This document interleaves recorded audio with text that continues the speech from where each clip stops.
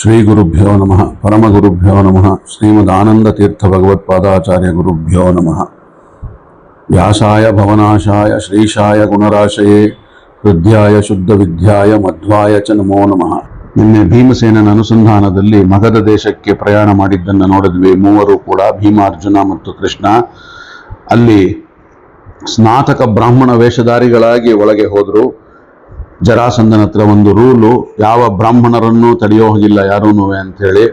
ಹಾಗಾಗಿ ಅವರನ್ನು ಯಾರೂ ತಡೀಲಿಲ್ಲ, ಮುಂದಕ್ಕೆ ಹೋದ್ರು. ಕೃಷ್ಣ ಹೇಳಿದ್ದ, ನೀವು ಮೌನವ್ರತ ರಾತ್ರಿಯವರೆಗೂ ಮಾತಾಡಕೂಡ್ದು ಯಾರ ಹತ್ರನೂ ಅಂಥೇಳಿ. ಹಾಗಾಗಿ ಭೀಮಾರ್ಜುನರು ಸುಮ್ಮನಿದ್ರು. ಮುಂದೆ ಕೃಷ್ಣನೇ ನಾನು ಮಾತಾಡ್ತೀನಿ, ನನಗೆ ಬಿಟ್ಟುಬಿಡಿ ಎಲ್ಲ ಅಂದಿದ್ದ. ಬಂದು ಈಗ ಜರಾಸಂಧನನ್ನು ಭೇಟಿ ಮಾಡಿ ಮುಂದಿನ ಮಾತು, ಮುಂದೆ ಏನಾಗುತ್ತೆ ಸನ್ನಿವೇಶ, ಅದನ್ನು ನೋಡ್ತಾ ಇರೋಣ. ಬ್ರಾಹ್ಮಣ ವೇಷದಲ್ಲಿದ್ದ ಕೃಷ್ಣನನ್ನ ಭೀಮಾರ್ಜುನರನ್ನ ಯಾರೂ ತಡೆಯಲಿಲ್ಲ. ಸಹಜವಾಗಿ ಜರಾಸಂಧ ಬ್ರಾಹ್ಮಣರು ಬಂದ್ರೆ ಹೇಗೆ ಸತ್ಕಾರ ಮಾಡ್ತಿದ್ದನೋ ಹಾಗೆಯೇ ಈ ಮೂವರನ್ನು ಸತ್ಕಾರ ಮಾಡಿ ಆಯಿತು. ಇಲ್ಲಿ ಮುಂದೆ ಮಹಾಭಾರತದ ಒಂದು ಪದ ಹೇಳುತ್ತೆ, ಮೌನಮಾಸಿ ತದಾ ಭೀಮ ಪಾರ್ಥಾರ್ಯೋರ್ಜುನಮೇ ಜಯ ಅಂತ ಹೇಳಿ. ಇಲ್ಲಿ ಭೀಮ ಪಾರ್ಥಯೋಹೋ ಅಂತ ಬಂದಿದೆ. ಭೀಮನು ಪಾರ್ಥನೆ, ಆದರೆ ಇಲ್ಲಿ ಪಾರ್ಥ ಅಂದ್ರೆ ಅರ್ಜುನ ಮಾತ್ರ. ತಂದೆ ತಾಯಿಯ ಹೆಸರನ್ನ ಹಿನ್ನೆಲೆಯಲ್ಲಿ ಮಕ್ಕಳಿಗೆ ಕರೆಯೋದು ಹಿಂದಿನ ಕಾಲದ ರೂಢಿ. ಕೃಷ್ಣನನ್ನ ವಾಸುದೇವ ಅಂತಿದ್ರು. ವಸುದೇವನಿಗೆ ಬೇರೆ 9 ಜನ ಗಂಡು ಮಕ್ಕಳಿದ್ರು, ಎಲ್ಲರೂ ವಾಸುದೇವರೇ. ವಸುದೇವನ ಮಗ ಎಲ್ಲರೂ ವಾಸುದೇವರೇ. ಆ ಬಲರಾಮನೂ ವಾಸುದೇವನೇ, ಆದ್ರೆ ಕರೀತಾ ಇದ್ದಿದ್ದು ಮಾತ್ರ ವಾಸುದೇವ ಅಂತ ಕೃಷ್ಣನನ್ನ, ಬಲರಾಮನನ್ನಲ್ಲ ಅಥವಾ ಬೇರೆ ಯಾರನ್ನೂ ಅಲ್ಲ. ಪಾರ್ಥ ಅಂದ್ರೆ ಜ್ಞಾನದ ದಡ ಸೇರಿದವನು ಅಥವಾ ಜ್ಞಾನದ ವ್ಯಾಪ್ತಿ ಪಡೆದವನು ಅಂತ. ಈ ಅರ್ಥದಲ್ಲೂ ಭೀಮನೇ ನಿಜವಾದ ಪಾರ್ಥ, ತೃತೀಯ ಮಗ ಎಂಬ ಅರ್ಥದಲ್ಲಿ ಧರ್ಮರಾಜ, ಭೀಮಾರ್ಜುನ ಮೂವರು ಪಾರ್ಥರೇ. ಭೀಮಾರ್ಜುನರು ಮಧ್ಯರಾತ್ರಿಯ ತನಕ ಮಾತಾಡುವ ಹಾಗಿರ್ಲಿಲ್ಲ, ಯಾಕಂದ್ರೆ ಅವರು ಮೌನವ್ರತ. ಕೃಷ್ಣ ಹೇಳಿದಾಗೆ ಕೃಷ್ಣನ ಕಪಟ ನಾಟಕ ಇವೆಲ್ಲ ಹೇಗಿದೆ ಅಂತ ಮುಂದೆ ನೋಡಿ ಗೊತ್ತಾಗ್ತದೆ ನಿಮ್ಗೇನೆ. ಜರಾಸಂಧನು ಹಾಗಾದ್ರೆ ಮಧ್ಯರಾತ್ರಿಯೇ ಬರುವೆ ಅಂತ ಹೇಳಿ ಯಜ್ಞಶಾಲೆಯ ಪಕ್ಕದಲ್ಲಿರುವ ಅತಿಥಿ ಗೃಹಕ್ಕೆ ಅವರನ್ನ ಕಳಿಸಿ ಇರಿಸ್ದ. ಅಲ್ಲಿ ಬಂದಾಗ ಇವರಿಬ್ರು ಮಾತಾಡಲ್ಲಪ್ಪ, ಮೌನವ್ರತದಲ್ಲಿದ್ದಾರೆ ಅಂತ ಹೇಳಿದ್ದ ಕೃಷ್ಣ. ಮಧ್ಯರಾತ್ರಿ ಹೊತ್ತು ಜರಾಸಂಧ ಮರಳಿ ಬಂದ, ಯಾರಿವರು ಅಂತ ತಿಳ್ಕೊಳ್ಳೋ ಕುತೂಹಲ. ಒಂದು ಮಾತನಾಡಿಸಿದ, ಬಂದು ನೀವು ಬ್ರಾಹ್ಮಣರು ಅನ್ನುವರೇ, ಆದ್ರೆ ನೋಡಲು ನನಗೆ ಹಾಗೆ ಕಾಣ್ತಾ ಇಲ್ವಲ್ಲ. ನೋಡಿ ಜರಾಸಂಧನ ಶಂಕೆ ಹೇಗಿದೆ ಇಲ್ಲಿ ಅಂತ ಅಂದ್ಬಿಟ್ಟು. ರಾಜನ ಬುದ್ಧಿ ಮತ್ತು ಅವನ ಚಾತುರ್ಯ, ಅವನಿಗೆ ಆಲ್ರೆಡಿ 500 ವರ್ಷ ವಯಸ್ಸಾಗಿದೆ ಅಂತ ಹೇಳ್ತಾ ಇದ್ದಾನೆ. ಯಾಕೆಂದ್ರೆ ನಾನು ಬ್ರಾಹ್ಮಣರಿಗೆ ನೀವು ಬ್ರಾಹ್ಮಣರು ಅಂತೀರಲ್ಲಪ್ಪ, ಕಾಣ್ತಾ ಇಲ್ಲ.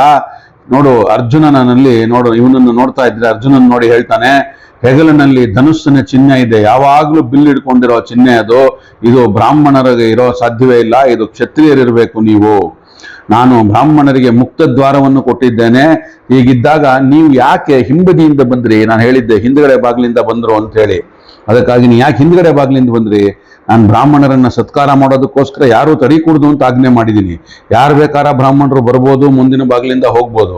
ಹೀಗೆ ನೀವು ಕಣ್ತಪ್ಪಿಸಿ, ದ್ವಾರಪಾಲಕರ ಕಣ್ತಪ್ಪಿಸಿ ಹಿಂದಿನ ದ್ವಾರದಲ್ಲಿ ಬರೋದಕ್ಕೆ ಕಾರಣ ಏನು ಅಂತ ಕೇಳ್ತಾನೆ. ಕೃಷ್ಣ ಆಗ ಮಾತಾಡ್ತಾನೆ, ಇವರೆಲ್ಲ ಮಾತಾಡೋದಿಲ್ಲ, ನಾವು ಸ್ನಾತಕ ಬ್ರಹ್ಮಚಾರಿಗಳು. ಗುರುಕುಲದಲ್ಲಿ ಇರುವಾಗ ಬ್ರಾಹ್ಮಣ, ಕ್ಷತ್ರಿಯ, ವೈಶ್ಯ ಎಂಬ ವಿಭಾಗವಿಲ್ಲ. ನಾವು ಬ್ರಾಹ್ಮಣರು ಬ್ರಹ್ಮಚಾರಿಗಳು ಅಂತ ಹೇಳಲಿಲ್ಲ, ಸ್ನಾತಕ ಬ್ರಹ್ಮಚಾರಿಗಳು ನಾವು, ಸ್ನಾತಕ ಬ್ರಾಹ್ಮಣರಲ್ಲ ಅಂತ ಹೇಳ್ದ ಕೃಷ್ಣ. ಬ್ರಹ್ಮಚಾರಿಗಳು ನಾವು, ವಿದ್ಯಾಭ್ಯಾಸ ಮುಗಿಸಿ ನಾವು ಈಗ ತಾನೇ ಗೋದಾನವನ್ನ ಮಾಡಿ ಬಂದಿದ್ದೇವೆ ಅಂತ ಹೇಳ್ದ. ಹಿಂದಿನ ಬಾಗಿಲಿಂದ ಬರುವುದು ನಿಮ್ಮ ದೇಶದ ಸಂಪ್ರದಾಯ ಅಂತ ಹೇಳ್ತಾನೆ ಕೃಷ್ಣ. ನೋಡಿ ಇದು ಅಷ್ಟೇ ಎಂತ ಚಮತ್ಕಾರದ ಮಾತು ಅಂತ. ಯಾಕೆ ಅಂತ ಹೇಳ್ತಾನೆ, ಹಿಂದಿನ ಬಾಗಿಲಲ್ಲಿ ಬರೋದು ನಮ್ಮ ದೇಶದ ಸಂಪ್ರದಾಯನಪ್ಪ ಜರಾಸಂಧ.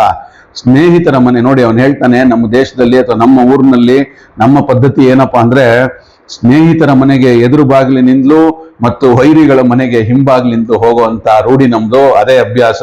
ಅದಕ್ಕೋಸ್ಕರ ನಾವು ಹಿಂದೆ ಬಂದ್ವಿ. ನಾವೇನು ಹೆದರಿ ಹಿಂಬಾಗಿಲಿಂದ ಬಂದದ್ದಲ್ಲಪ್ಪ, ತಪ್ಪು ತಿಳ್ಕೊಬೇಡ ಜರಾಸಂಧ. ನೀನು ಪೂಜಿಸುವ ಶಿವಲಿಂಗವನ್ನು ನಾವು ಆಲ್ರೆಡಿ ಹೋಗಿ ಮುರಿದು ಬಂದಿದ್ದೇವೆ, ಗಂಧಮಾದನ ಪರ್ವತಕ್ಕೆ ಹೋಗಿದ್ದೇವೆ, ಮುರಿದು ಬಂದಿದ್ದೇವೆ. ಅದರಿಂದ ನಾವು ನಿನ್ನ ಮಿತ್ರರಲ್ಲ ಎದುರುಗಡೆ ಬಾಗಿಲಿಂದ ಬರಕ್ಕೆ. ಯಾವಾಗಲೂ ಅದೊಂದು ಶಾಸ್ತ್ರ. ಶತ್ರುಗಳ ಮನೆಯನ್ನ ಹಿಂಬಾಗ್ಲಿಂದಲೂ, ಸ್ನೇಹಿತರ ಮನೆಯನ್ನ ಮುಂಬಾಗ್ಲಿಂದಲೂ ಪ್ರವೇಶ ಮಾಡಬೇಕು ಅಂತ. ಹಾಗಾಗಿ ನಿನ್ನ ನಗಾರಿ, ಜೈಬೇರಿ ಇವೆಲ್ಲ ಹೊಡಿಬಾರದು ಅಂತಲೇ ನಾವು ಗಂಧಮಾದನ ಪರ್ವತಕ್ಕೆ ಹೋಗಿ ಅಲ್ಲಿ ಅದನ್ನ ಶಿವಲಿಂಗದ ನಗಾರಿಯನ್ನ ಹೊಡೆದು ಬಂದಿದ್ದೇವೆ. ಆಸುರಿ ಶಕ್ತಿ ಇರುವ ಮಾಶಾಸುರನ ನಾಳದಿಂದ ಮಾಡಿದ ಬೇರೆ ಅದು ಮುರಿದು ಬಂದಿದ್ದೇವೆ, ಅದು ನನಗೆ ಗೊತ್ತಿದೆ. ನಾವು ನಿನ್ನ ಶತ್ರುಗಳು ಅಂತ ತೋರಿಸೋದಕ್ಕೋಸ್ಕರವಾಗಿಯೇ ಹೀಗೆ ಮಾಡಿದ್ದು ಅಂತ ಕೃಷ್ಣ ಹೇಳ್ದ. ಎಂಥ ಧೈರ್ಯ! ಹೇಗೆ ಉತ್ತರ ಕೊಟ್ಟ ನೋಡಿ ಜರಾಸಂಧನ ಮುಂದೆ. ಇವರು ಬಂದಿರೋದು 3 ಜನ, ಕೈನಲ್ಲಿ ನಿರಾಯುಧರು, ಜರಾಸಂಧ ಪರಾಕ್ರಮಶಾಲಿಯವನು, ಅವನ ಹತ್ರ 12 ಅಕ್ಷೋಹಿಣಿ ಸೈನ್ಯ ಇದೆ. ಅವನು ಮನೆಯಲ್ಲೇ ಇಳ್ಕೊಂಡಿದ್ದಾರೆ ರಾತ್ರಿ. ಅವ್ರಿಗೆ ಆಡ್ತಾ ಇರೋಂತಹ ಮಾತಿದು. ನ ಸ್ಮರಾಮಿ ಕದಾ ವೈರಂ ಕೃತಂ ಯುಷ್ಮಾಭಿರು ರಿತ್ಯುತಃ ಅಂತ ಹೇಳ್ತಾ ಇದ್ದಾನೆ. ಅಂದ್ರೆ ನೀವು ನನಗೆ ವೈರಿಗಳಾಗಿದ್ದು ಎಂದು ಅಂತ ಕೇಳ್ತಾ ಇದ್ದಾನೆ ಜರಾಸಂಧ ಅವರನ್ನ. ಜರಾಸಂಧನ ಪ್ರಶ್ನೆಗೆ ಭೀಮಾರ್ಜುನರು ಉತ್ತರಿಸದೆ ಸುಮ್ಮನೆ ಕೂತಿರ್ತಾರೆ. ಯಾಕಂದ್ರೆ ಕೃಷ್ಣನ ಆಜ್ಞೆ ಇನ್ನೂ ಮೌನವ್ರತ ಮುರಿದಿಲ್ಲ. ಇನ್ನೊಬ್ಬರನ್ನ ಬದುಕು ಕೊಡುವುದು ನಮ್ಮ ಧರ್ಮ. ನೀನಾದ್ರೂ ಶಂಕರನನ್ನೊಲಿಸಿ ನರಮೇಧ ಮಾಡ್ಲಿಕ್ಕೆ 1000 ಮಂದಿಯನ್ನ ಸೆರೆಯಲ್ಲಿಟ್ಟಿರುವೆ. ಅದು ಆಸುರಿ ಬುದ್ಧಿ, ಅದು ಮನುಷ್ಯ ಸ್ವಭಾವದಲ್ಲ. ಇದು ಯಾವ ಶಾಸ್ತ್ರದಲ್ಲಿ ಬರೆದಿದೆ ಅಂತ ಹೇಳು. ಯಾವಾಗ ಯಾವ ಯಾಗದಲ್ಲೂ ಕೂಡ ಹಿಂಸೆ ಎಂಬುದು ಮುಖ್ಯವಾಗಿರೋದಿಲ್ಲ ಅಂತ ಹೇಳಿ ಕೃಷ್ಣ ಹೇಳ್ತಾನೆ. ಕಥಂ ಪುರುಷಮೇಧೇನ ಶಂಕರಂ ಯುಷ್ಟುಮಿಚ್ಛಸಿ ಅಂತ ಹೇಳ್ತಾನೆ. ಇದು ಶಂಕರ ಮೆಚ್ಚುವ ಕೆಲಸವಲ್ಲ ಜರಾಸಂಧ. ವಿಷಯ ಹೀಗಿರುವಾಗ ನೀನು ಇನ್ನೊಬ್ಬರನ್ನ ಕೊಂದು ಬದುಕುವ ಸನ್ನಾಹದಲ್ಲಿರುವಂಥದ್ದು ನೀನು. ಹಾಗಾಗಿ ನೀನು ನಮ್ಮ ಶತ್ರು ಅಂತ ಹೇಳ್ತಾನೆ. ನಾವು ಎಲ್ಲೇ ಹಿಂಸೆ ಆದರೂ ಮನುಷ್ಯರಿಗೆ, ಎಲ್ಲೇ ಅನ್ಯಾಯವಾದರೂ ಅಲ್ಲಿರ್ತೇವೆ ನಾವು. ಅದು ನಮ್ಮ ಸಂಪ್ರದಾಯ ಅದು. ಹಾಗಾಗಿ ನೀನು ಈ ತರ ಕೆಲಸ ಮಾಡಿರೋದ್ರಿಂದ, ನರಮೇಧ ಮಾಡೋಕೆ ರೆಡಿ ಇರೋದ್ರಿಂದ ಅದನ್ನು ಮಾಡೋದಕ್ಕೆ ನಾವು ಕೊಡೋದಿಲ್ಲ. ಅದರಿಂದ ನೀವು ನಮಗೆ ಶತ್ರು ಅಂತ ಹೇಳ್ತಾನೆ. ನೀವು ಬ್ರಾಹ್ಮಣರಲ್ಲ, ಹಾಗಾದ್ರೆ ನೀವು ಯಾರಪ್ಪ ಅಂತ ಕೇಳ್ತಾನೆ ಜರಾಸಂಧ. ಜರಾಸಂಧನ ಪ್ರಶ್ನೆಗೆ ಕೃಷ್ಣ ಚುಟುಕಾಗಿ ಉತ್ತರವನ್ನು ಕೊಡ್ತಾನೆ. ಅದ್ಭುತವಾದ ಉತ್ತರ ನೋಡಿ, ಆಗಿದೆ ಇದು. ಶೌರ್ಯರಶ್ಮಿ ಹೃಷಿಕೇಶ ನೈವೀರವು ಪಾಂಡವಾ ವಿಮವು ಅಂತ ಹೇಳ್ತಾನೆ. ಅಂದ್ರೆ ನಾನು ನೋಡಿ ಎಂತ ಉತ್ತರ.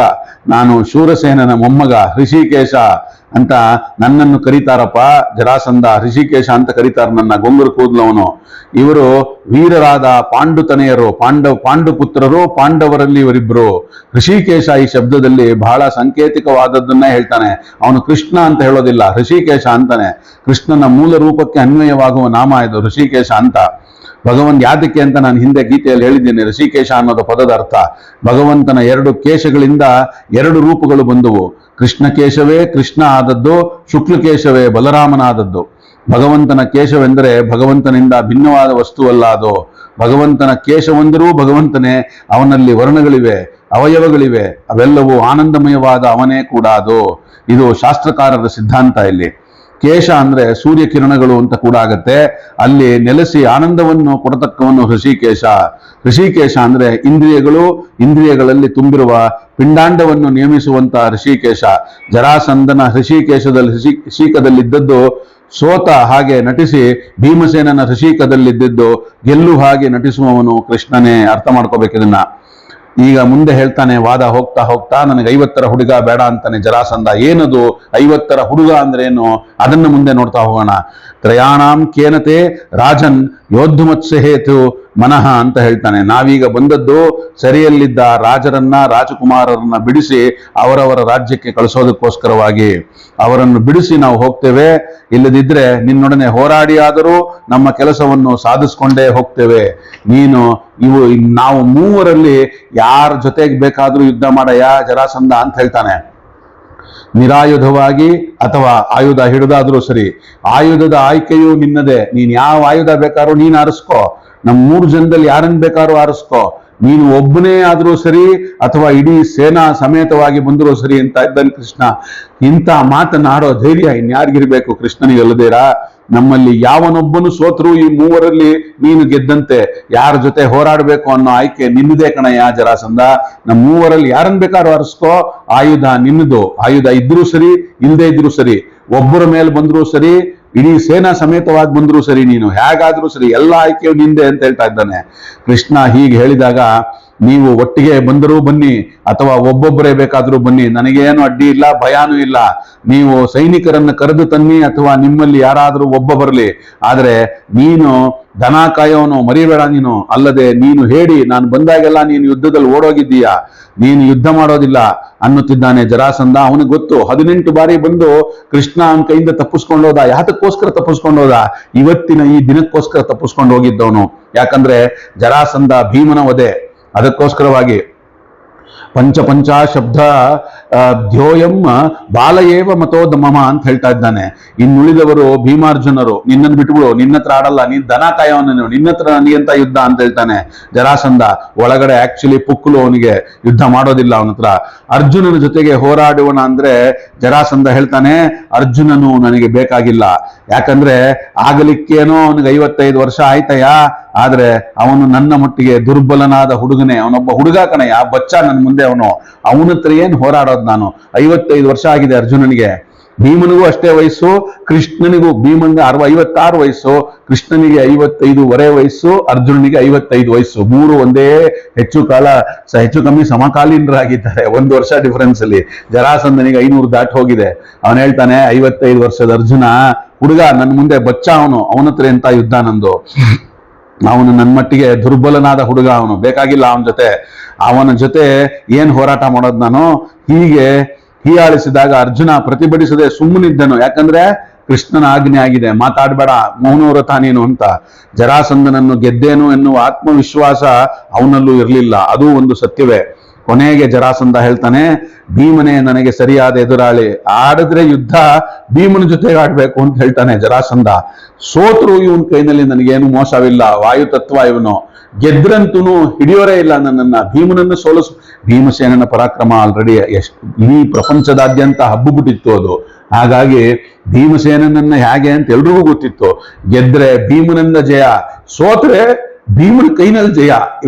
ಭೀಮನ ಕೈನಲ್ಲಿ ಸೋತೆ, ಇದಕ್ಕಿಂತ ಬೇರೆ ಬೇಕಾ ಅಂತಾನೆ ಜರಾಸಂಧನ ಯೋಚನೆ ಹೀಗಿತ್ತು. ಗೆದ್ದರಂತೂ ಆಯ್ತಲ್ಲ, ಸೋತರು ಅಂತಿಂತವನ ಕೈನಲ್ಲಿ ಸೋತೆ ಅಲ್ಲ, ಭೀಮಸೇನನ ಕೈನಲ್ಲಿ ಸೋತಿದ್ ನಾನು ಅಂತ. ಅದು ಒಂದು ಹೆಗ್ಗಳಿಕೆ ಸರಿ ಅಂತಾನೆ. ನೋಡಿ, 500 ವರ್ಷದವನು 56 ವರ್ಷದ ಭೀಮಸೇನನ ಮೇಲೆ ಆಡೋ ಅಂತ ಮಾತದು. ಒಂದು ವೇಳೆ ಅರ್ಜುನನನ್ನು ಗೆದ್ದರೂ ಕೂಡ ಕೃಷ್ಣ ಭೀಮರು ತನ್ನನ್ನು ಬಿಡೋದಿಲ್ಲ. ಯಾಕಂದ್ರೆ ಹೀಗೆ ಸೋತವರ ಮುಖ ಇಲ್ಲದೆ, ಗೆದ್ದವರ ಸುಖ ಇಲ್ಲದೆ ಅವಸ್ಥೆ ಆಗಿಬಿಡುತ್ತೆ. ಗೆದ್ರೆ ಹುಡುಗನ ಮೇಲೆ ಗೆದ್ದ ಅಂತಾರೆ, ಸೋತ್ರೆ ಹುಡುಗನ ಮೇಲೆ ಸೋತೋದ ಅಂತಾರೆ. ಅದಕ್ಕೆ ನಂಗೆ ತಂಟೆನೆ ಬೇಡ ಅಂತ ಹೇಳಿ ಮುಂದೆ ಏನಾಗುತ್ತೆ ಅಂದ್ರೆ, ಕಾರ್ತೀಕ ಮಾಸದ 15 ದಿನಗಳ ಕಾಲ ಪಾಡ್ಯದಿಂದ ಹುಣ್ಣಿಮೆಯವರೆಗೆ ವಿಶ್ರಾಂತಿ ಇಲ್ಲದೆ ಯುದ್ಧ ನಡೆಯುತ್ತೆ. ಭೀಮಾಂಗೆ ಜರಾಸಂಧನಿಗೆ 15 ದಿನಗಳು ಯುದ್ಧ ಮಾಡ್ತಾರೆ, ನಿರಾಯುಧರಾಗಿ, ಮತ್ತೆ ಸ್ವಲ್ಪ ದಿನ ಗದೆ ಹಿಡ್ಕೊಂಡು ಕೂಡ. ಹಾಗಾಗಿ 15 ದಿನ ವಿಶ್ರಾಮವಿಲ್ಲದೆ, ರಾತ್ರಿ ಕೂಡ ವಿಶ್ರಾಮವಿಲ್ಲದೆ ಯುದ್ಧ ಮಾಡ್ತಾರೆ. ಪೂರ್ಣಾಹುತಿ ಆಗುವಂತ ಸಮಯ ಭಗವಂತನಿಗೆ ತ್ರಯೋದಶಿಯ ತನಕ ಅಹೋರಾತ್ರಿ ಯುದ್ಧ ನಡೆಯುತ್ತೆ. ವಾಯುದೇವನಿಗೆ ವಿಶ್ರಾಂತಿ. ಇದು ಕಾರ್ತೀಕ ಮಾಸದಲ್ಲಿ ನಡೆಯುವಂಥದ್ದು. ಕಾರ್ತೀಕ ಮಾಸದ 15 ದಿನಗಳ ಕಾಲ ಪಾಡ್ಯದಿಂದ ಹುಣ್ಣಿಮೆ ತನಕ ವಿಶ್ರಾಂತಿ ಇಲ್ಲದೆ ಯುದ್ಧ. ಇದೇ ನಡೀತಿದೆ ಕಾರ್ತೀಕ ಮಾಸ, ಇದೇ ಕಾರ್ತೀಕ ಮಾಸದಲ್ಲಿ. ಹಾಗಾಗಿ ಇದು ರೆಕಾರ್ಡ್ ಮಾಡ್ತಿರೋ ಟೈಮಲ್ಲಿ ಕಾರ್ತೀಕ ಮಾಸದ ಸೋಮವಾರ ಇವತ್ತು ರೆಕಾರ್ಡ್ ಆಗ್ತಾ ಇರೋದು ಇದು. ಹಾಗಾಗಿ ಇದೇ ಕಾರ್ತೀಕ ಮಾಸದ ಹುಣ್ಣಿಮೆ ಪೌರ್ಣಮಿ ದಿನ ಇಂದ ಪೌರ್ಣಮಿ ತನಕ ಆಗತ್ತೆ. ತ್ರಯೋದಶಿಯ ತನಕ ಅಹೋರಾತ್ರಿ ಯುದ್ಧ. ವಾಯುದೇವನಿಗೆ ವಿಶ್ರಾಂತಿ ಅಗತ್ಯವೇ ಇಲ್ಲ. ವಾಯುದತ್ವ ಮಲಗಿದ್ರೆ ಎಲ್ಲರೂ ಮಲಗದಾಗೇನೇವೆ. ಜರಾಸಂಧನು ತಾಮಸ ಬಲದಿಂದ ಅಸಾಧಾರಣ. ಅವನು 14 ದಿನ ರಾತ್ರಿ ಸೋತು ವಿಶ್ರಾಂತಿಯನ್ನು ಬಯಸದ ಜರಾಸಂಧ 14 ದಿನಗಳು ಆದ್ಮೇಲೆ ಯಾಕೆ ಕೊಲ್ಲದೆ ಬಿಟ್ಟ ಭೀಮಸೇನ ಅಂತಂದ್ರೆ, ಜರಾಸಂಧನಿಗೆ ಯಾರು ಕೊಲ್ಲನಂತೆ ಚತುರ್ಮುಖನಿಂದ ವರ ಇರುತ್ತೆ. ಹಾಗಾಗಿ 14 ದಿನ ಆದ್ಮೇಲೆ ಸುಸ್ತಾಗ್ಬಿಡ್ತಾನೆ ಜರಾಸಂಧ. ಅದಕ್ಕಾಗಿ ವಿಳಂಬಿಸ್ತಾನೆ. ಅನಂತರ ಕೃಷ್ಣನ ಒಪ್ಪಿಗೆ ಕೊಟ್ಟ ಮೇಲೆ ಕೊಂದು ಬಿಡ್ತಾನೆ ಅವನು. ಕೃಷ್ಣನ ಹೇಳ್ತಾನೆ, ಆಯ್ತು ಇನ್ನು ಮುಗೀತಪ್ಪ, ಪೂರ್ಣಾವತಿ ಮುಗಿಸು ಇವಾಗ ಕಥೆನ ಅಂತ. ಅಷ್ಟರ ತನಕವೂ ತನ್ನ ನಿಜ ಶಕ್ತಿಯನ್ನು ಭೀಮಸೇನ ಬಳಸೋದೇ ಇಲ್ಲ, ಬರೀ ಆಟ ಆಡೋ ತರ ಯುದ್ಧ ಮಾಡ್ತಾ ಇರ್ತಾನೆ. ನಿನ್ನ ಮೂಲ ರೂಪದ ಬಲವನ್ನು ತೋರಿಸು ಅಂತ ಕೃಷ್ಣ ಹೇಳ್ತಾನೆ. ಮೊದಲು ಜ್ಞಾನ ಯುದ್ಧ ನಡೆಯುತ್ತೆ, ಅನಂತರ ದೇಹ ಬಲದ ಪ್ರಯೋಗವಾಯಿತು. ಮೊದಲು ಕೆಲವು ದಿನ ಯುದ್ಧ ಮಾಡೋದಕ್ಕೆ ಜರಾಸಂಧನೆ ಗದೆಯನ್ನು ಕೊಟ್ಟು ಅಂತ ಹೇಳಿ ಭಾಗವತದಲ್ಲಿದೆ ಕೊಟ್ಟ ಅಂತ. ಯಾಕಂದ್ರೆ ಬಾಹುಬಲದಲ್ಲಿ ಭೀಮನಿಗೆ ತಾನು ಸಾಟಿ ಇಲ್ಲ ಅಂತ ಜರಾಸಂಧನಿಗೆ ಗೊತ್ತಿತ್ತು, ಸಾಟಿ ಅಲ್ಲ ಅಂತ ಹೇಳಿ. ಭೀಮಸೇನ ಕೈ ಹಿಡಿದು ಮುರಿದ ತಿರುಗಿಸ್ದ ಅಂದ್ರೆ ಬಕಾಸುರನ ವಧೆ ಆಗಿದ್ದು ಗೊತ್ತಿದೆಯಲ್ಲ, ಹಾಗೆ. ಆದ್ರಿಂದ ಭೀಮನಿಗೆ ಜರಾಸಂಧನೆ ಗದೆಯನ್ನು ಕೊಡ್ತಾನೆ. ಆದ್ರಿಂದಲೇ ಮೊದಲಿಗೆ ಅದಾದ ಮೇಲಿಂದ ಏನಾಗುತ್ತೆ, ಬಾಹುಬಲಿಗೆ ಸಾಟಿ ಇಲ್ಲ ಅಂತ ಗೊತ್ತಿದ್ರಿಂದ ಮುಗಿಯುತ್ತೆ ಕತೆ 15ನೇ ದಿನ. ಅದಾದ ಮೇಲೆ ಮಗನಿಗೆ, ಜರಾಸಂಧನ ಮಗನಿಗೆ ಪಟ್ಟಾಭಿಷೇಕ ಮಾಡಿ ಬಂದಿರ್ತಾನೆ. 2 ಗದೆಯು ಅದು ಗೊತ್ತಿರುತ್ತೆ ಆಲ್ರೆಡಿ ಜರಾಸಂಧನಿಗೆ. ಪಟ್ಟಾಭಿಷೇಕ ಮಾಡಿ ಜರಾಸಂಧ ನಾನು ವಾಪಸ್ ಬರೋದಿಲ್ಲ ಅಂತಲೇ ಗೊತ್ತಿರುತ್ತೆ ಅವನಿಗೆ. ಹಾಗಾಗಿ ಅವನ ಯುದ್ಧ ಶುರು ಮಾಡಕ್ಕೂ ಮುಂಚೆ ಅವನ ಮಗನ ಹೆಸರು ಸಹದೇವ ಅಂತ, ಅವನಿಗೂ ಪಟ್ಟಾಭಿಷೇಕ ಮಾಡಿ ಬಂದಿರ್ತಾನೆ. 2 ಗದೆಯು ಮುರಿದ ಮೇಲೆಯೇ ಬಾಹುಬಲ ಪ್ರದರ್ಶನವಾಗುತ್ತೆ. 15 ದಿನದ ಜರಾಸಂಧನ ಕಾಲು ಹಿಡಿದು 3 ಬಾರಿ ಗರಗರ ಅಂತ ತಿರುಗಿಸಿ ಅವನನ್ನ ಕೆಳಕ್ಕೆ 2 ಕೈಯಲ್ಲಿ ಹಾಕಿ 2 ಕಾಲು ಹಿಡಿದು ಸರಿಯಾಗಿ 2 ಸೀಳು ಮುಡ್ಬಿಡ್ತಾನೆ ಭೀಮಸೇನ. ಈ ಕಡೆಗೆ ಒಂದು ಸೀಳು, ಆ ಕಡೆಗೆ ಒಂದು ಸೀಳು ಬಿಸಾಕಿ ಮುಗೀತು. ಸಿಗಿದು ತೋರಣ ಕಟ್ತೇವೆ ಅಂತ ಬಾಯಿ ಮಾತಂತಿರಲ್ಲ, ಅದೇ ತರ ಭೀಮಸೇನ ಜರಾಸಂಧನನ್ನು ಸಿಗದೇ ಬಿಡ್ತಾನೆ. ನೆಕ್ಸ್ಟ್ ಎಲ್ಲ ರಾಜಕುಮಾರರಿಗೆ ಬೇಡಿಯಿಂದ ಬಿಡುಗಡೆ, ಅದನ್ನು ನೋಡ್ತಾ ಹೋಗೋಣ. ಸೆರೆಯಲ್ಲಿದ್ದ ಎಲ್ಲ ರಾಜಕುಮಾರರು ಭೀಮ ಪೌರುಷದಿಂದ ಕೃಷ್ಣನ ಕರುಣೆಯಿಂದ ಬಿಡುಗಡೆ ಹೊಲ್ತಾರೆ. ಜರಾಸಂಧನ ಮಗ ಸಹದೇವ ತನ್ನ ಸೋದರಿ ಮಾಗಧೆಯನ್ನ ಜರಾಸಂಧ ಬಳಸುತ್ತಿದ್ದ ದಿವ್ಯ ರಥವನ್ನು ಸೇರಿ ಭೀಮನಿಗೆ ಕಾಣಿಕೆಯಾಗಿ ಅರ್ಪಿಸ್ತಾನೆ. ಭೀಮ ರಥವನ್ನ ಕೃಷ್ಣನಿಗೆ ಕೊಡ್ತಾನೆ, ನೀನ್ ಇಟ್ಕೊಳ್ಳಪ್ಪ, ನನಗೆ ಬೇಡ ಇದು ಅಂತ. ಅದನ್ನಾದ್ಮೇಲೆ ಮಾಗಧಿಯನ್ನ ತನ್ನ ಸೋದರ ಸಹದೇವನಿಗೆ ಕೊಟ್ಟು ಮದುವೆ ಮಾಡ್ತಾನೆ. ಸಹದೇವ ಕೊಟ್ಟ ಹೆಣ್ಣನ್ನ ತನ್ನ ತಮ್ಮನಾದ ಸಹದೇವನಿಗೆ ಕೊಟ್ಟು ಮದುವೆ ಮಾಡ್ತಾನೆ, ಅವನಿಗೆ ಒಪ್ಪಿಸ್ತಾನೆ. ಆ ಸಹದೇವನ ಸೋದರಿ ಈ ಸಹದೇವನ ಮಡದಿ ಆಗ್ತಾಳೆ. ರಾಜಸೂಯ ಯಾಗಕ್ಕೆ ಕಪ್ಪವಾಗಿ ಕೊಟ್ಟ ಹೇರಳ ರತ್ನರಾಶಿಯನ್ನ ಹಿಡ್ಕೊಂಡು ಬಂದು ಭೀಮಾರ್ಜುನ ಕೃಷ್ಣನೊಡನೆ ಬಂದು ಅದೇ ರಥದಲ್ಲಿ ಇಂದ್ರಪ್ರಸ್ಥಕ್ಕೆ ಮರಳ್ತಾರೆ. ಮತ್ತೆ ದಿಗ್ವಿಜಯ ಅಲ್ಲಿದ್ದಂತ ಲೆಕ್ಕ ಹಾಕೊಳ್ಳಿ, ಒಬ್ಬನ್ನ ಕೊಂದು 22,800 ಜನದಿಂದ ಕಪ್ಪಗಳನ್ನ ಸ್ವೀಕರಿಸ್ತಾನೆ ಭೀಮ. ಎಂಥ ಒಂದು ಅಮೋಘವಾದ ಸಂಪತ್ತು ಬಂದಿರಬೇಕು ರಾಜಸೂಯ ಯಾಗಕ್ಕೆ ಅಂತ ಲೆಕ್ಕ ಹಾಕೊಳ್ಳಿ. ಹಾಗಾಗಿ ಮತ್ತೆ ದಿಗ್ವಿಜಯ ಉತ್ತರ ದಿಕ್ಕಿಗೆ ಅರ್ಜುನ ಹೋದ, ಚೀನಾದಿಂದ ರಾಶಿ ತನಕ ಎಲ್ಲಾ ದೇಶ ಭಾಗಗಳನ್ನು ಗೆದ್ದು ಕಪ್ಪ ತಂದ. ದಕ್ಷಿಣಕ್ಕೆ ಸಹದೇವ ಹೋದ, ಪಶ್ಚಿಮಕ್ಕೆ ನಕುಲ ಹೋದ. ಪೂರ್ವ ದಿಕ್ಕಿನ ವಿಜಯ ಮತ್ತೆ ಭೀಮನ ಪಾಲಿಗೆ ಬಂತು. ವಿರಾಟ ನಗರದಲ್ಲಿ ಕೀಚಕ ಸೋತು ಕಪ್ಪ ಕೊಟ್ಟ. ಛೇದಿ ದೇಶಕ್ಕೆ ಕೀಚಕ ಆಲ್ರೆಡಿ ಒಂದ್ಸಲಿ ಸೋತಿರ್ತಾನೆ ಸಾಯಕ್ಕೂ ಮುಂಚೆ ಭೀಮನ ಕೈನಲ್ಲಿ ವಿರಾಟ ಪರ್ವದಲ್ಲಿ. ಹಾಗಾಗಿ ಛೇದಿ ದೇಶಕ್ಕೆ ತೆರಳಿ ಶಿಶುಪಾಲನಿಂದಲೂ ಭೀಮ ಕಪ್ಪ ಪಡೆದು ತರ್ತಾನೆ. ಪೌಂಡ್ರಕ ವಾಸುದೇವನನ್ನ ಕರ್ಣನನ್ನು ಇಬ್ಬರನ್ನು ಗೆದ್ದು ಕಪ್ಪವನ್ನು ತರ್ತಾನೆ ಭೀಮ. ಆಲ್ರೆಡಿ ಎಗೈನ್ ನೋಡಿ, ಇಲ್ಲೊಂದು ಹೇಳ್ತಾ ಇದ್ದೀನಿ, ಕರ್ಣ ಆಲ್ರೆಡಿ ಭೀಮನ ಕೈನಲ್ಲಿ ಸೋತಿದ್ದಾನೆ ಕುರುಕ್ಷೇತ್ರದಲ್ಲಿ ವಧೆ ತಿನ್ನಕ್ಕೂ ಮುಂಚೆ. ಮತ್ತೆ ಉತ್ತರದ ಹಿಮಾಲಯದ ಅಗಮ್ಯ ಪ್ರದೇಶಗಳಿಗೂ ಭೀಮ ಹೋಗ್ತಾನೆ ಒಬ್ಬನೇನೆ. ಸಮಸ್ತ ದೇವತೆಗಳಿಂದಲೂ ಕಪ್ಪವನ್ನ ಪಡ್ಕೊಂಡ್ಬರ್ಬೇಕು ಅನ್ನೋದು ಭೀಮ ಸಂಕಲ್ಪವಾಗಿತ್ತದು. ಇಂದ್ರಾದಿ ದೇವತೆಗಳು ಯಾಕೆ ಯುದ್ಧಕ್ಕೆ ಬಂದ್ರು ಅಂತಂದ್ರೆ, ಇಂದ್ರಾದಿ ದೇವತೆಗಳ ರೂಪದಲ್ಲಿ ಬರಲಿಲ್ಲ, ಸಿಂಹ ಹುಲಿ ಆನೆ ರೂಪದಲ್ಲಿ ಬಂದು ಹೋರಾಡಿದ್ರು. ಅಲ್ಲಿ ಯಾವುದು ಹಿಮಾಲಯ ತಪ್ಪಲಿನಲ್ಲಿ ಅಲ್ಲಿದ್ದವರಿಗೆ ಭೀಮಸೇನ ಕಾಡು ಪ್ರಾಣಿಗಳೊಂದಿಗೆ ಹೋರಾಡದ ಅಂತ ಕಲ್ಪನೆ. ಆದ್ರೆ ಇವನು ಭೀಮಸೇನನ ಮಹಿಮೆಗೆ ಅಭಿವ್ಯಕ್ತವಾಗಿ ಬಂದವರು ಹೊರತು ವೈರದಿಂದಲ್ಲ. ಇದೊಂದು ದೇವಗುಹ್ಯ ಭೀಮಸೇನನ ಅತಿಮಾನುಷ ಶಕ್ತಿ ಆವಿಷ್ಕಾರಕ್ಕೆ ದೇವತೆಗಳಾಡಿದ ಒಂದು ಲೀಲಾ ನಾಟಕ ಇದು. ಎಲ್ಲಾ ದೇವತೆಗಳು ಭೀಮನ ಜೊತೆಗೆ ಹೋರಾಡಿ ಸೋತು ಅಗಾಧವಾದ ಸಂಪತ್ತನ್ನ ಕೊಟ್ಟು ಕಳಿಸ್ತಾರೆ. ಅಷ್ಟೇ ಅಲ್ಲದೆ ಗರುಡಶೇಷರು ಕೂಡ ಕಾಡು ಪ್ರಾಣಿಗಳ ರೂಪದಲ್ಲಿ ವಿನೋದ ಆಡ್ತಾರೆ ಭೀಮನ ಜೊತೆ ಬಂದು. ಇದು ಮಹಾಭಾರತದಲ್ಲಿ ಮೇಲ್ನೋಟಕ್ಕೆ ಸ್ಪಷ್ಟವಾಗಿದೆ, ಆಳಕ್ಕೆ ಇಳಿದಾಗ ಸ್ಪಷ್ಟವಾಗಿರುವ ವಿಷಯಗಳು ಇದಕ್ಕೆ ಸರಿಯಾಗಿ ಇದರಲ್ಲಿದೆ, ಮಹಾಭಾರತ ತಾತ್ಪರ್ಯ ನಿರ್ಣಯದಲ್ಲಿದೆ. ಅಲ್ಲಿಂದ ಸಮುದ್ರದಲ್ಲಿ ಈಜಾಡಿಕೊಂಡು ಬಾಣನ ನಗರಕ್ಕೆ ಹೋಗ್ತಾನೆ ಭೀಮಸೇನ. ಅಲ್ಲಿ ಬಾಣನ ಮನೆ ಕಾಯುತ್ತಿರುವ ಶಿವನಿಗೂ ಕೂಡ ಭೀಮನಿಗೂ ಯುದ್ಧವಾದಂತೆ ನಡೆಯುತ್ತೆ. ಶಿವನು ಆನೆಯ ರೂಪದಲ್ಲಿ ಹೋರಾಡ್ತಾನೆ ಭೀಮಸೇನನ ಜೊತೆ. ಶಿವ ಸಂತುಷ್ಟನಾಗಿ ಕೃಷ್ಣನ ನೇತೃತ್ವದಲ್ಲಿ ಯಜ್ಞ ಆಗುವುದಂತ ಕೇಳಿ ಕಪ್ಪವನ್ನ ಕೊಟ್ಟು ಕಳಿಸ್ತಾನೆ. ಮುಂದೆ ವೇದವ್ಯಾಸರೇ ಧರ್ಮರಾಜನ ಬಳಿ ಹೇಳ್ತಾರೆ, ಚತುರ್ಮುಖನಲ್ಲದೆ ಇನ್ನಾರು ಮಾಡಲು ಸಾಧ್ಯವಿಲ್ಲದ ಯಜ್ಞ ಇದು, ಅಂಥದ್ದನ್ನ ನೀನು ಮಾಡ್ತಾ ಇದೀಯಾ ಭೀಮನನ್ನ ಮುಂದಿಟ್ಕೊಂಡು. ಆದ್ರೆ ಮೇಲ್ನೋಟಕ್ಕೆ ಈ ಎಲ್ಲಾ ಬಗೆಯ ಸಂಗತಿಗಳು ಸುಳಿವೆ ಒಂದು ಮಹಾಭಾರತದಲ್ಲಿ ಇಲ್ಲ. ಆದ್ರೆ ಮಹಾಭಾರತದಲ್ಲಿ ಇಲ್ಲದೆ ಇರೋದನ್ನ ತುಂಬೋದಕ್ಕೋಸ್ಕರವೇ ತಾತ್ಪರ್ಯ ನಿರ್ಣಯ ಇರೋದು. ಮಹಾಭಾರತವನ್ನೇ ಸರಿಯಾಗಿ ನೋಡಿದ್ರೆ ಸಾಕು, 100 ಗ್ರಂಥಗಳನ್ನು ನೋಡೋದು ಬೇಡ. ಇದು ಗುಹ್ಯ ಭಾಷೆಯಲ್ಲಿ ಬಂದ ಸಂಗತಿಗಳು ಇವೆಲ್ಲ. ಭಾರತದಲ್ಲಿ ಒಂದು ಮಾತಿದೆ, ಸೋಶ್ವಮೇಧಶ್ವರಂ ರಾಜನ್ ಅಂತ ಹೇಳ್ತಾನೆ. ಅಂದ್ರೆ ಭೀಮಸೇನ ಅಶ್ವಮೇಧೇಶ್ವರನನ್ನು ಗೆದ್ದ ಅಂತ ಹೇಳಿ. ಅಂದ್ರೆ ಇಲ್ಲಿ ಅಶ್ವಮೇಧೇಶ್ವರ ಅಂದ್ರೆ ಒಂದು ಶತಕೃತವಾದಂತಹ ಇಂದ್ರ. ಪೂರ್ವದೇಶಂ ತಥೋಜಿತ್ವ ಅಂತ ಇನ್ನೊಂದು ಪದ ಇದೆ.